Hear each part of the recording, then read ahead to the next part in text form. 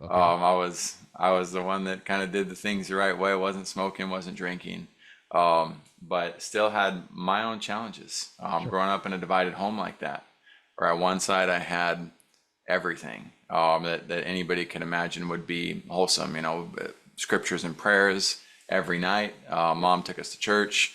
We Hmm. did a lot of the things that love, just constant love from that side of the family. My dad's side, man, it was he was such an awful stepfather to my step siblings that they returned the favor. Got you. So there's alcohol, there's drugs, there's abuse, there's all sorts of stuff going on. And growing up with that perspective, it just gave me a lot of opportunity to think about what did I want from my life? How did I want to show up? Right. Welcome to the Audacious Living Podcast, hosted by my man, Audley Stephenson, the Odd Man.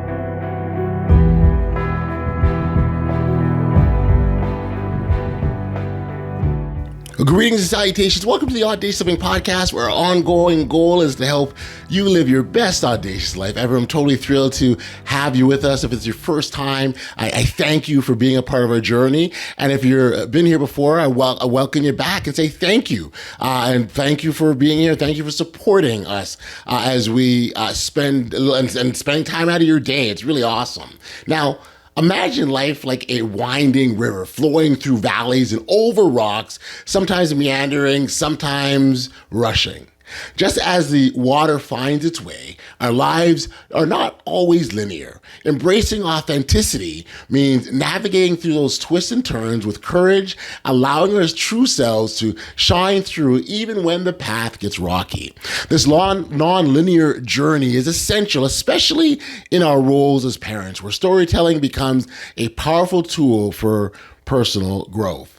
Now, today we're honored to have Jackson Calame with us, and he's a man who embodies the art of storytelling and the dedication of fatherhood. Jackson is a single father and an optimistic realist.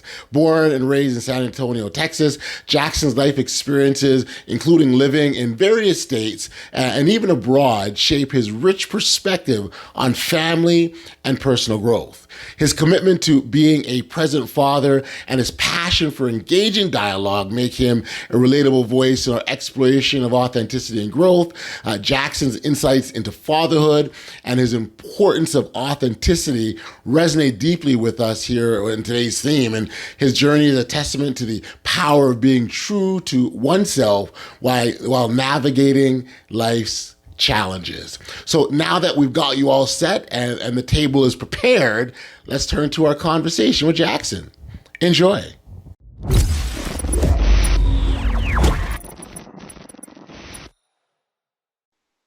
Hey, Jackson, thank you for joining me here today on the Audacious Living Podcast. Really looking forward to connecting with you, and glad that we're here. I think we probably scheduled, I don't know how far back, and the day is here, man. It's like Christmas. It's finally arrived, right? So thank you. That's right, man. Happy to be here. Great topic. Well, I tell you, the focus the focus really on the podcast is really about encouraging individuals to live that best audacious life, right?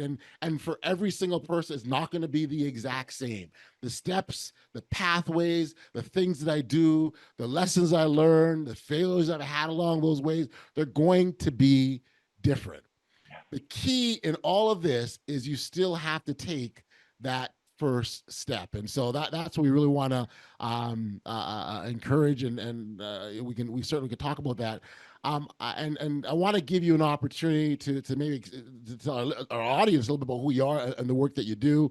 For me, when we first connected, I believe you described yourself as an optimistic realist, who's unafraid. And so loves to get into that, but certainly let's give yourself an opportunity to expand on who you are to our audience. Sure, absolutely. Appreciate you, Audley. So, Jackson Calame, born and raised San Antonio, Texas. Live in New Braunfels, just north of there now. I've lived in Florida, lived in Utah, lived in Uruguay. Own a very small portion of a company in Toronto. Spent some time there geographically. That's who I am. Son of God, really important part of my life. I try not to project that on people, but I do want people to know or where I stand in terms of what I believe. I was raised by my mom and 5 older sisters. So God knew I needed 6 moms, man. I was a difficult child. And on my dad's side, I got 87 cousins. And they in the early years they called me the white sheep. Okay. I was the one that kind of did the things the right way. Wasn't smoking, wasn't drinking, but still had my own challenges. Growing up in a divided home like that, where on one side I had everything that anybody could imagine would be wholesome. Scriptures and prayers every night. Mom took us to church. We did a lot of the things that I love, just constant love from that side of the family. My dad's side, man, it was he was such an awful stepfather to my step siblings that they returned the favor. Gotcha. So there's alcohol, there's drugs, there's abuse, there's all sorts of stuff going on. And growing up with that perspective, it just gave me a lot of opportunity to think about what did I want from my life? How did I want to show up? Right. And by the time I was 9, my first nephew was born, and I wanted to be a dad. And I was like, man, I want to be the best dad I can. What's a dad do? What are we supposed to do as dads? Yeah. And so I'm a single father of 4 kids. I'm excited for them to come home tonight. I got 3 of them coming home tonight, which is fantastic. And all that's before the business. The business, it's important, but I only get involved in business projects that if my kids say like, hey, who are you working with? Or what do you do, Dad? It's something that I'm excited to talk about. So I'm always looking for visionary entrepreneurs to work with, and I'm always looking at building legacy and saying, man, how do we maximize this? I was a little bit ahead of the 4-hour work week. Worked from home since 2010, and I read that book, and I was like, it was validation. I was like, oh, cool, I'm not the only one. There's a whole lifestyle here. Yeah. So that's me, man. It's family first. I love it. And I tell you, as you talked about fatherhood and children, I couldn't help but smile as a father myself, a father of 3, and how much, particularly as they become older, a bit more self-sufficient, gaining some life experiences of their own, how much I certainly appreciate the relationships that we have, because now we can sit down as adults and problem solve together. And that parent role sort of evolves a little bit, and the gap sort of shrinks a little bit. And they're now able to give you some feedback and say, Dad, when you did this, like, what do you think? Kind of a deal, right? And so that, as much as maybe you're back and kind of get up, I actually appreciate that, because what about validation? It validates to me that the manner in which and the things I instilled in them, they're now giving that back to me, right? And it's a wonderful thing. So as you were talking, I couldn't help but smile internally, because I know that journey of fatherhood is really a special one, and so I appreciate that. It is. It's an absolute special one. And my goal and hope too is not to throw that in anybody's face, right? In a corporate environment, I have to be careful with that, because being the guy I've been at home with my kids since day one, that can be a very intimidating reality for people who haven't been at home hardly at all for their children. It's like your kids just want you to show up, whether it's 20 years later or whether it's in the moment, like to be there and to care, make some efforts. And that might be met with some conflict initially, but if that's in your heart, that's what you want to do, do your best on it, give your all. Listen, I still think it's very important that you tell your story of what you're doing, regardless of the environment you're in, regardless of what you think people might think about it, because they need to hear it. And if someone is sitting in that audience that hears you talk about the joys of fatherhood, and you've been there, and they start to evaluate for themselves and they get their back up, then you've done the right thing as far as I'm concerned. Well, and that opportunity for me, it's like I line that with what I call the spirit.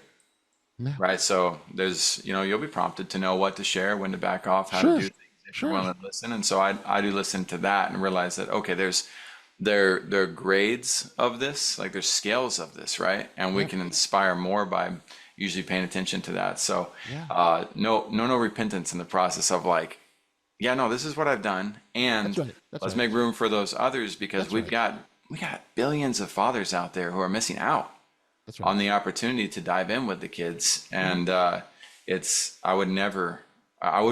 only thing I would regret in my life probably would be if I wasn't focused on, am I showing up best for my family? Am I showing up for best for my kiddos? Yeah. So Yeah. I want that. Yeah. Let's go back a little bit, because you talked about your upbringing, the challenges that you had undergone, if you will. So can you sort of maybe describe a little bit, but also I'd love to sort of hear, because when we tell our stories of the bad things that happen to us, for me the real value is what we did to get out of them, what we did to overcome them. So I'd love to sort of hear both of those from you. Absolutely. A big shout out to John Whaley, who came on my podcast, and instead of calling it the silver lining, he called it the silver road. Okay.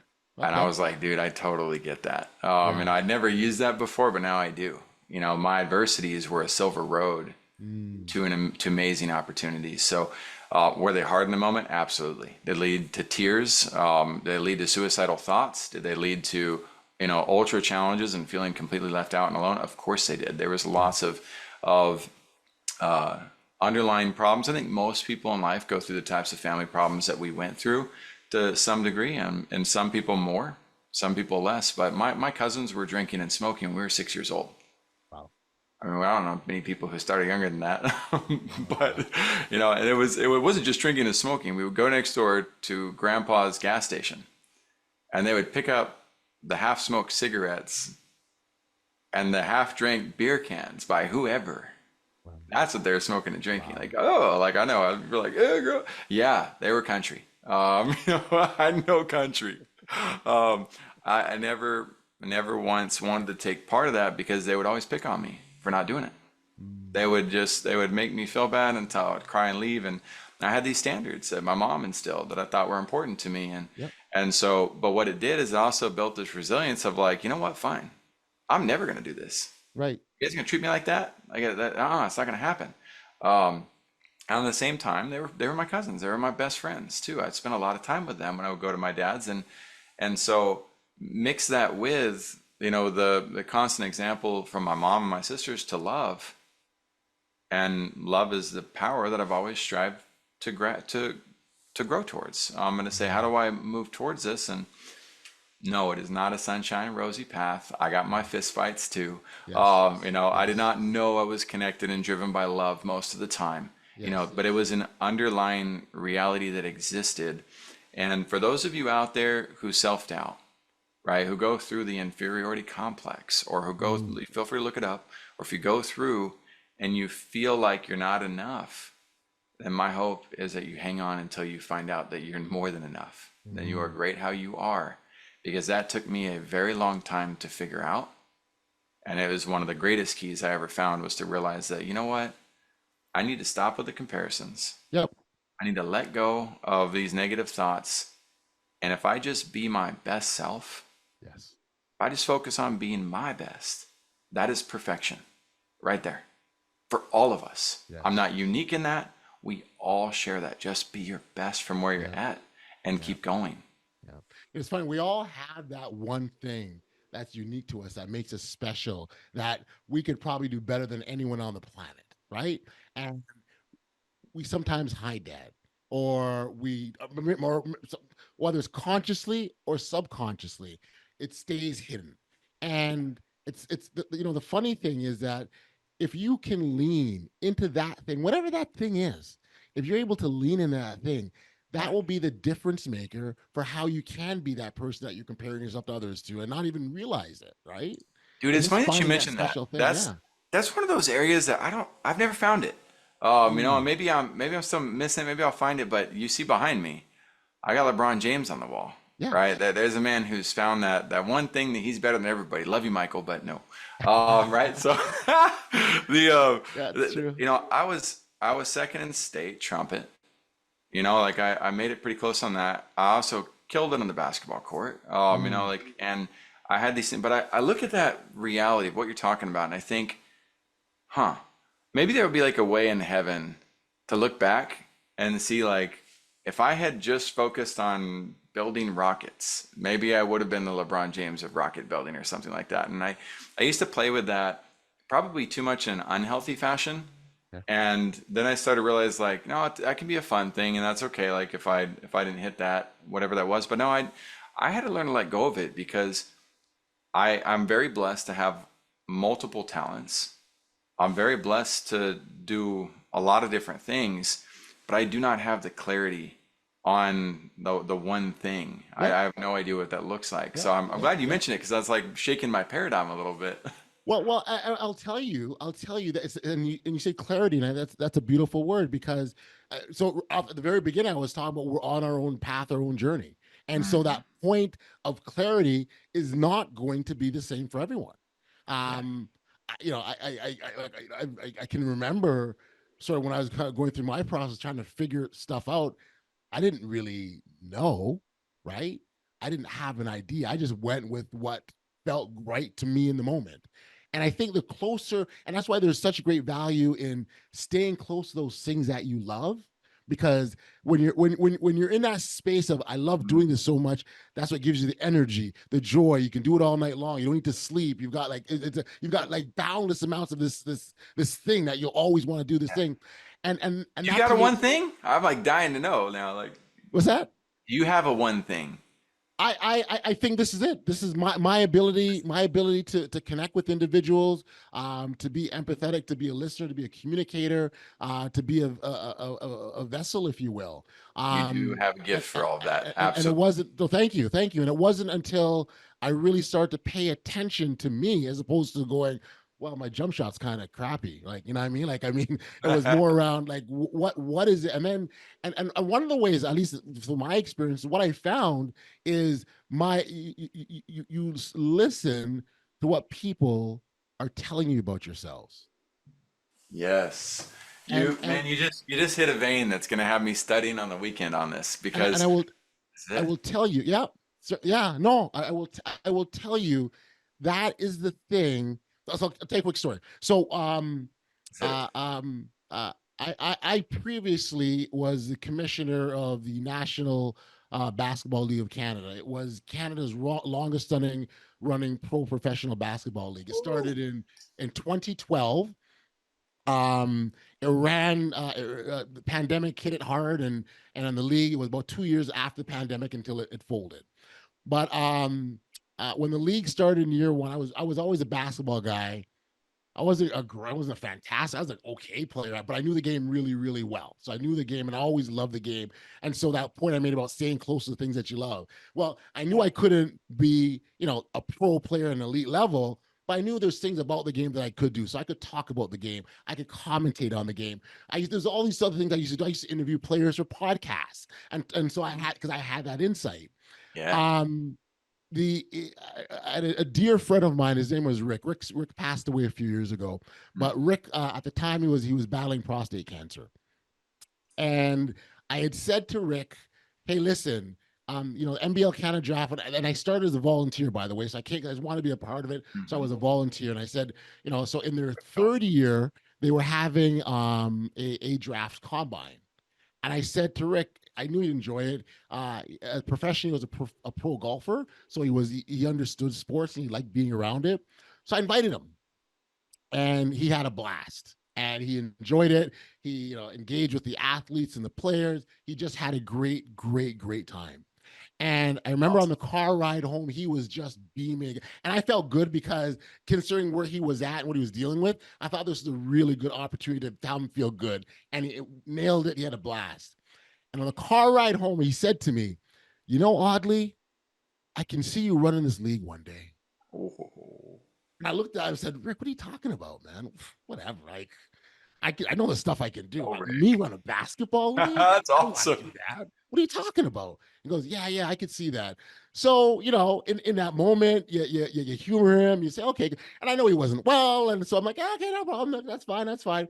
And we just sort of went along our path. And what he did is, I would say, over a course of 3 or 4 or 5 months, he called me almost weekly. And we talked about this dream that he had for me and what he saw in me. And he talked about it, and he goes, and you thought about this, and he encouraged me. And I was always like, yeah. No one, that's cool. Sure. Well, um, he passed away about a year and a half after that. And another maybe 2 years or so later, I get this call from the chairman of the board asking me if I'd be interested in taking on the role as commissioner of the National Basketball League of Canada. There's no question in my mind, Rick was the very first person I thought of. And the reason why I thought of him, well, two things. One, because he was the one that saw it in me before I believed it in myself, right? He saw it in me. And that's why I say we pay attention to what people say about us. When I was a kid, my mom would say, well, people say things, just ignore them, right? And I took that in because sometimes people aren't always nice, they're cruel, they're mean, so you ignore them. You don't take their criticisms to your heart, and their compliments, you don't let them get to your head. That was kind of what I was taught, and that's how I was raised. But as time went on, I realized that no, I want to hear what people are saying about me. I want to understand what they see, because they've got a perspective. I don't necessarily have that perspective of myself. And so, when I thought about that moment, when I got that call and said, hey, do you want to do this? I remember there was a moment where I felt sad. And I felt sad because Rick wasn't here to see this thing that he saw for me years before anyone else. But then it didn't take me long to realize that Rick didn't need to be here to see this thing. He already saw it long before anyone else. And so for me, again, and that's why when we talked about, what are we good at? What are people saying about you? What are you hearing? What are they, when you walk in a room, what do they say? What, like, really listen and try and hone in on that. And that would be the pathway to find that thing. So on your audacious path, right? On your audacious path, it's like, okay, so what's next? Oh, I got that. Oh, let's pay like that, the string, when you get the tug on that string a bit and see what comes out of that. See what unravels. Yeah, absolutely. So one, supernatural for most people, but I wouldn't be surprised if Rick still had a hand in that after he left this earth. So I'm gonna throw that out there for people who are hearing that. You got loved ones, they're still with you, they're still helping. When it comes to being in the room, one of my favorite lessons I learned from Taylor Welch. He used to be the founder of Traffic and Funnels, I think it was called, and the Sales Mentor. Yep. Sales Funnels. Yep. He was being interviewed by somebody, by just one of his team members, I believe, over lunch, and they said, what is the greatest contributor to somebody's success? And his response was environment. And I had never thought about that way. And he said, a weak person in a strong environment will outperform a strong person in a weak environment. Combine that with Gary Vaynerchuk's surround yourself by 5 people. Who the 5 people you're closest to, you're going to be like. If you got people who are holding you back, if you got people who love the roast lifestyle, and self-deprecating humor, or they're sarcastic and they're negative, like, I already feel tense just hearing that from my own mouth, because that's not what I gravitate around. That's what I move away from. Now, those people that I love in my life who were like that, they can come meet me where I'm at, as long as they're willing to leave all of that at the door. But if they can't leave all of that, my healthy boundary says I don't have space for the gossip. I don't have space for, the wasting of time. Yes. I want to be doing something that matters. So as I've shifted my life to being involved with people who live with great purpose, who understand the value of happiness, who want to pursue, helping others, and getting involved in projects that matter, or they want to go to the river, they want to do something fun or active. It doesn't always have to be serious or purpose driven, biblically speaking per se. Right. But I surround myself with people who are wholesome, who are holistic, who are big into recreation. Yes. And that has created an environment where the people who are now around me these days, it's like having a birthday every time I call somebody. That's a good feeling to have on a daily basis. It's a great place to be. Absolutely. So, the audacious choice, right, of putting up barriers against the past and saying, I'm done with that. I love you guys. Come and be anytime. Come. They don't. They probably won't. And that's okay. Yeah, I don't live in the past. I live in the present, and I'm working on my future. That's right. So, yeah, everybody has that choice. Yep. No, you're absolutely right. And I wholeheartedly agree with you. And I think once we're conscious that we have that choice, I think what part of the problem is we think that we've run out of options, that we can't decide to choose. And even if it's simple as choosing our attitude and our mindset.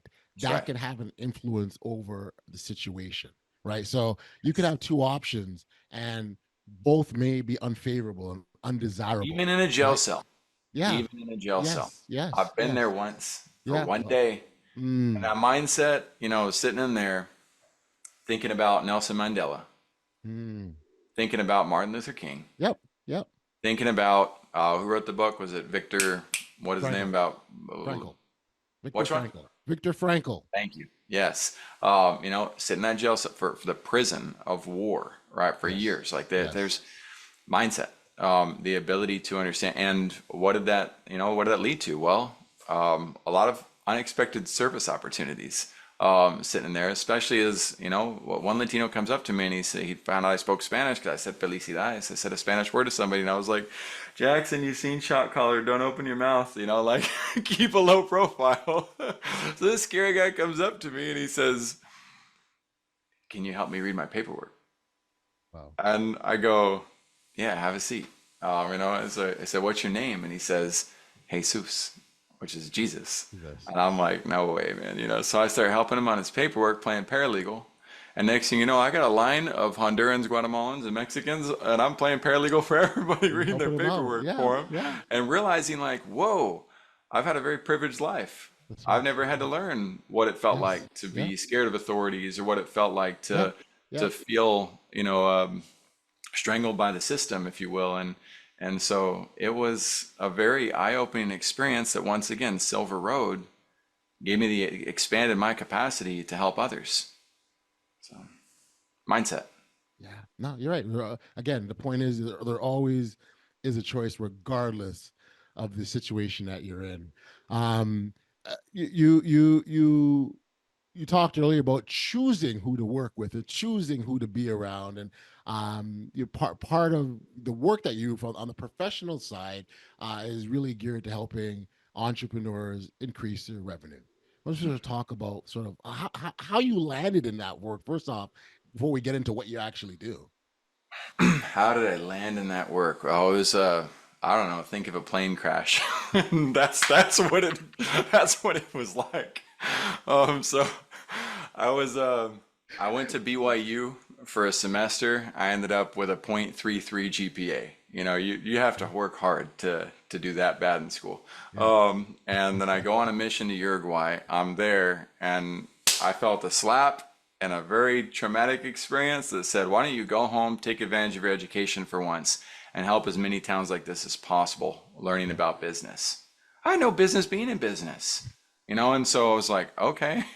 I got home after 2 years of that trip and process. I went to the School of Business, the Marriott School of Business, Yeah. and tried Okay. to, I was a good talker, man. I could work my way in. Nope. They said, son, he said, I've made some stupid decisions in my life too, and I had to change my career choice. You're going to be okay. You're not getting into this school. So I walk out. You It's gotta love like, the cold hard truth, right? Hey, come on, you gotta love it. yeah, exactly. We love, but man, it didn't feel good. So I walk out, but dazed, man. I was like, all right, what the heck do I do? I can't get a grant. And I can't get a scholarship, not with my grades. I don't want loans. Mhm. I don't want to be in school for something else. I know I'm not supposed to do this. What the heck? And I just had it. I was like, you know what? I got to find an entrepreneur who's going to take a chance on me. I got to be willing to do that. And so I ended up leaving school the next semester. I did well. My next semester and little summer term thing that I did quite well because I was now more disciplined. I was a little bit more mature in life. And I go home though, and I decided, I kind of swore off school. I was like, you know what? I don't need this. And I got into MLM, like multi-level marketing stuff. Mhm. And I loved the culture of learning. I loved Success Magazine and the CDs that came with it. Learn about John Maxwell, learn about Jim Rohn, and get to hear Darren Hardy do all these interviews. Yes. Yeah. And I was eating that stuff up. And through that process, I watched one of my reps, right? I made, I think, a grand total of like $8.37 in multi-level marketing, by the way. I spent thousands on credit cards. And my mom kicked me out of the house because I wouldn't get a real job. Like I was going through all sorts. Again, crash landing, man. Like it was like Yeah, four yeah, plane crashes. yeah, yeah. And so there I go with this network marketing stuff. But this single mom, she wants to join. And I'm terrified that she's not going to do her part. She's not going to do her thing. And I'm like, she's trying to put on a credit card. And I'm like, no, I've been at this for 10 months. It's like, if you're going to do this, like, you have to really, but please don't do this. Just don't, I don't want the stress and pressure of that. And she was determined to go forward to this. And so I made her make all sorts of commitments to how we were going to do this together.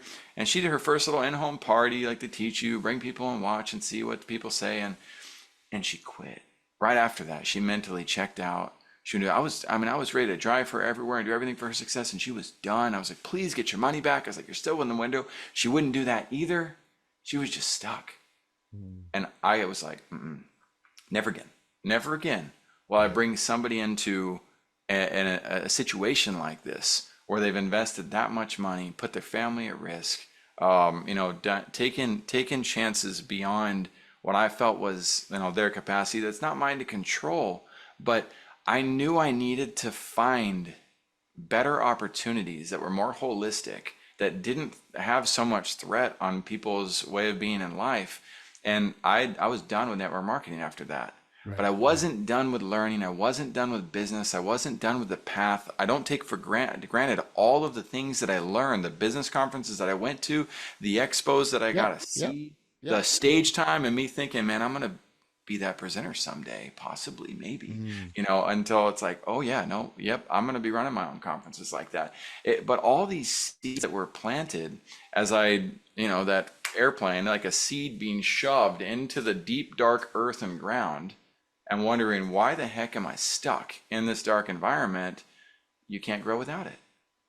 And so that's the entry level. There's so many more failures along that path of journey that people would say failures perhaps, but I needed to learn. I needed to gain an education and wisdom and experience and see what was there before I was going to make it in the actual startup and business world. The coming, so I love the journey of coming to the point of realization, right? Like we got to go through that. We got to go through some stuff that we realize aren't for us, or we're not good at, or maybe even, I'll use the F word and say fail, right? Like we got to go through some of those things because you that's how you learn. But I also like to think that that's a really great way of appreciation of where you're finally at. You're like, okay, yeah, now I get it. Well, every step along that way, we have the opportunity to appreciate it. So, if you're in the business of, hey, I can't wait to get to that destination, I invite you to enjoy the journey. Learn to enjoy the day of. So I walked out of that. I didn't walk out of that licking my wounds and feeling like a failure. I might have had moments of that, but I still knew my character and who I was, and that led me to Lifetime Fitness, where I ended up the first sales rep hired without a degree. Then I ended up getting fired by the CEO of Lifetime Fitness. That's a fun story, but don't write an email company-wide that says, I hope you have the balls to, ... I didn't mean to do that. You learn some lessons as you go. Then I end up interviewing with Google, 4 interviews. They end up saying, hey, look, you have a 0.33 GPA. We really like your tenacity, but we can't take you from selling $60 gym memberships to $200,000 accounts. And while I was peeing my pants practically, I was going, why not? I can do it. I'm like terrified, They're like, well, that's why we like you. Go get some experience. So here I am on Craigslist looking up enterprise sales jobs. I end up at a startup in a warehouse. We have AC half the time in Texas. You don't survive like that, but we did. And all of a sudden, I'm at this company selling websites and SEO, and we've got this thing called a Y Combinator. I have no idea what that means, but we got these potential investors named Paul Buchheit, and he's invented this thing called Gmail that I'd heard of. And this guy named Matt Cutts, who's doing this thing called search optimization for Google, is like the director of that. And I'm like, okay, that's kind of neat. I don't know what Google is. And next thing you know, you're on a path of working their enterprise accounts, realizing, oh, I don't want to go work at Google. I want in this startup game stuff. I want to do this stuff. And 5 months later, you're being laid off. And they got $500 in bank account. You come back to work the next day. Why? Because you're a little bit nuts, right? And the company owner tells you, Jackson's nuts. He's freaking working for free. What's he doing? Like, I just let him go. And I'm like, I'm going to make my calls. I'm closing my deals. And he's like, all right, whatever. Jackson's a compliance issue, but I'm leaving. He shuts the door and leaves. I go to my desk and I make my calls. Wow. That month, I closed 21 newspapers. We had 7 newspapers in 7 years before that. Wow. It was 30,000, somewhere between 30 and 40,000, and a 70-30 split with the newspapers. Yeah. But 2 weeks later, Paul Buchheit and Matt Cutts sent us $10 million. Wow. We proved the concept. It just took us a little bit longer than everybody wanted to.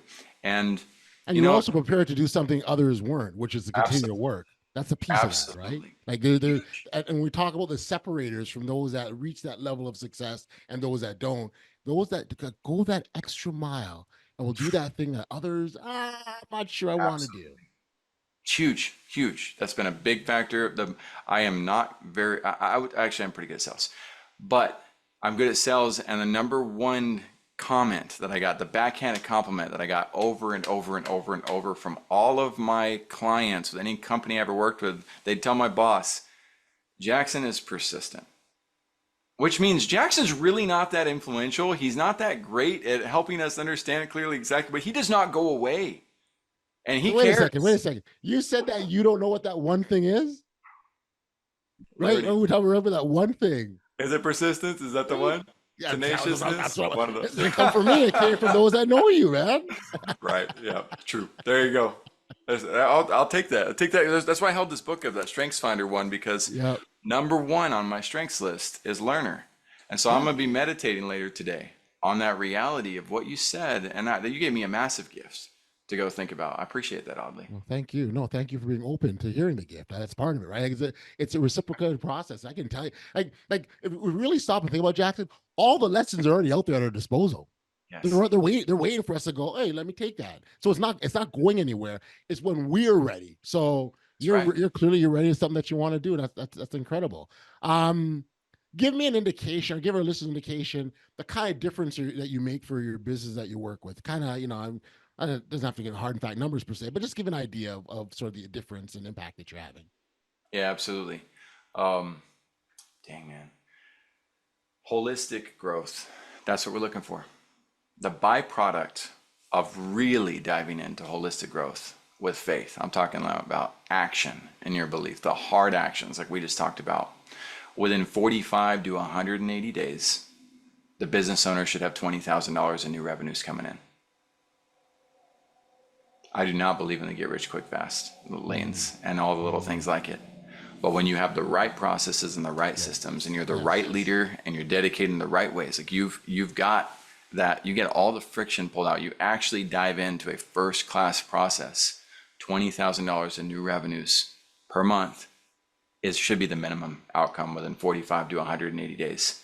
But I can't do that with entrepreneurs who don't do the work, who don't get engaged in the game the right way, that see me as some type of savior. It's not, there are no guarantees in life. If you die tomorrow, you're not making $20,000 per month. I cannot predict what will happen tomorrow. But if we will build based on the law of the harvest, if we will dive in, what I know to be true is that everything that happens to me in this life is for my benefit. And I know that because of my relationship with my God. I cannot gift that to somebody or help somebody see that who's not willing to see it. That's right.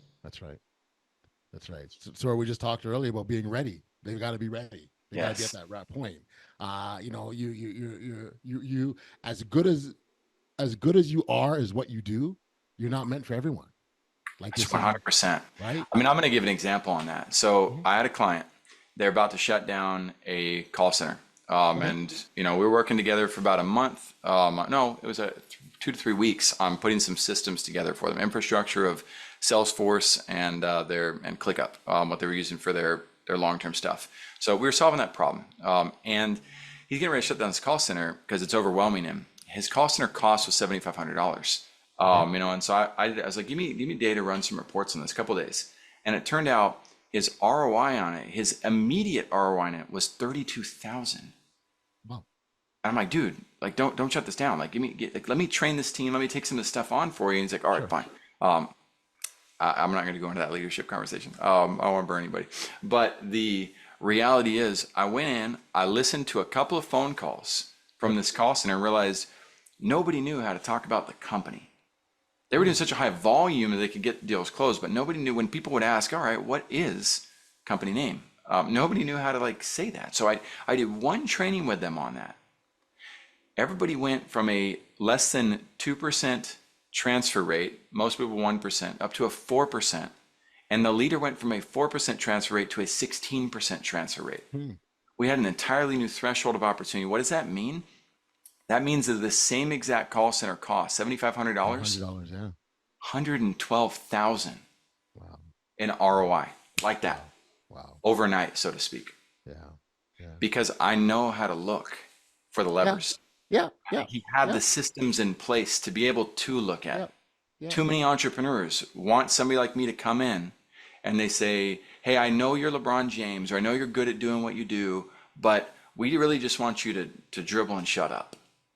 Hey, we really want you to do this way. We really want you to if you need a mechanic for your shop, tell them the goals that you have with the car and get the heck out. Yes. Go do what you need to do to build the business, and let's work. Let's high five. I want you to drive the car. I want you involved in the whole process, but I do not want you to come and say, well, why does this wheel spin like this? It's like, golly, get out. Like, that's not going to help you win. I struggle with that a little bit, oddly. I need entrepreneurs who are alpha enough to work with other alphas, and that can be female or male, but they have to be able to appreciate leaders who lead, not leaders they can control.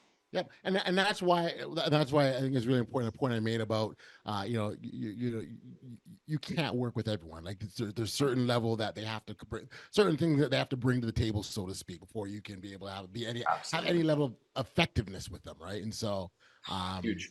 Yeah, I think it's really, really important. I think it's really important. I love the process. I love the way that you're getting in the nitty gritty, if you will, of the work that they do. For me, they're again, it's that we talked about that vantage point that you have, right? So you have that outside perspective where you can see and identify things quicker than those that are in it. When you're in it, you can't 100%. see it. I was in it, so I couldn't see what Rick saw, right? So when you're in it, you can't see it, but others looking go, wait a second, I got it there, right? So I think that's an important exercise, and even having. I have the gift of both, and so do you.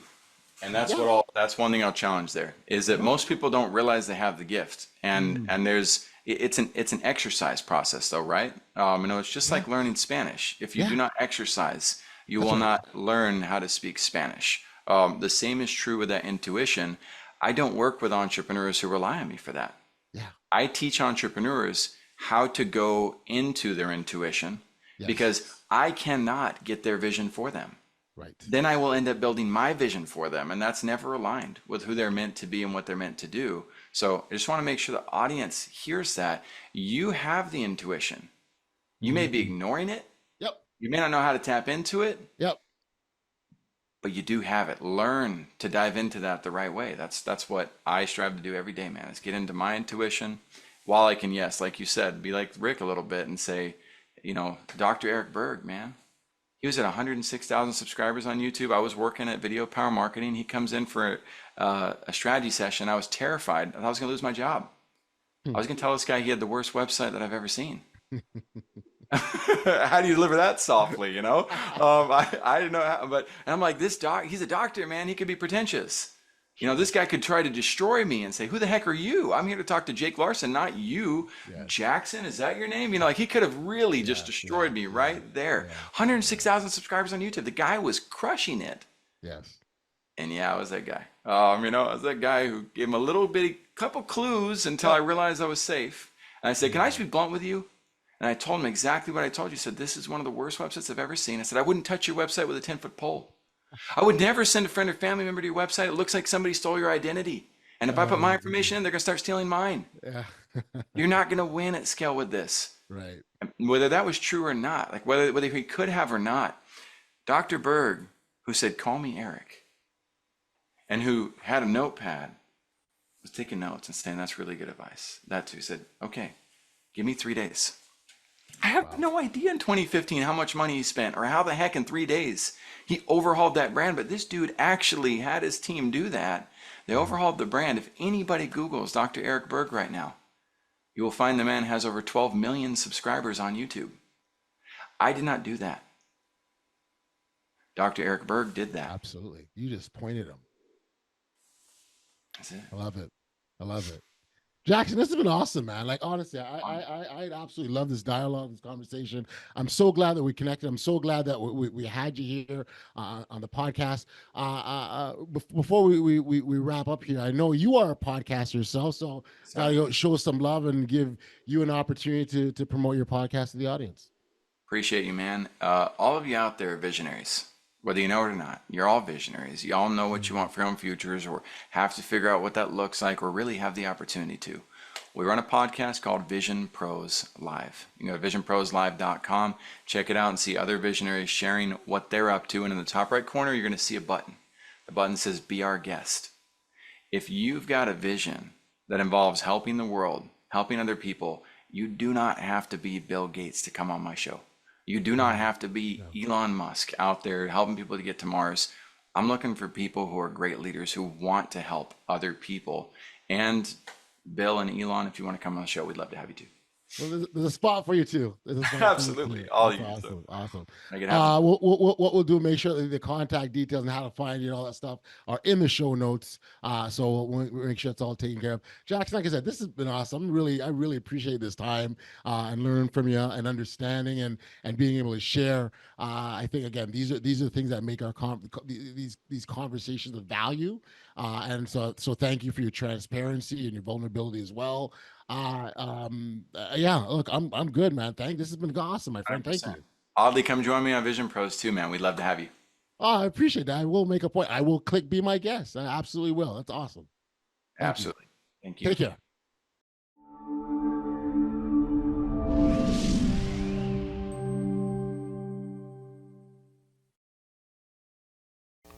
Back we are here on the podcast. You know, in our conversation with Jackson, he beautifully articulated that being authentic means embracing our full stories, both the light and the shadows. He shared how growing up in a divided home shaped his desire to be the best father possible. Jackson emphasized that children just want their parents to show up, regardless of their circumstances. It's about the connection, the love, and the stories that we share. This authenticity not only enriches our lives, but also empowers those around us to embrace their own journeys. Now, if you feel inspired by Jackson's story and would like to connect with him directly, his contact details are available in the show notes below, and I'd encourage you to certainly reach out to him. We've sadly come to the end of another episode of the Audacious Living Podcast. I want to thank you for tuning in and checking us out. I hope you feel inspired to take bold steps towards your best life. If you enjoyed today's conversation, consider following, subscribing, and sharing if you haven't done any of those things before, because that's helped us grow this community. Remember, living audaciously is within your reach. Let's embrace it together. Until next time, stay safe, be kind, show love to one another, and be audacious. You've been listening to the Audacious Living Podcast, hosted by Audley Stephenson. If you enjoyed what you heard, be sure to like, subscribe, and share. Until next time, be audacious.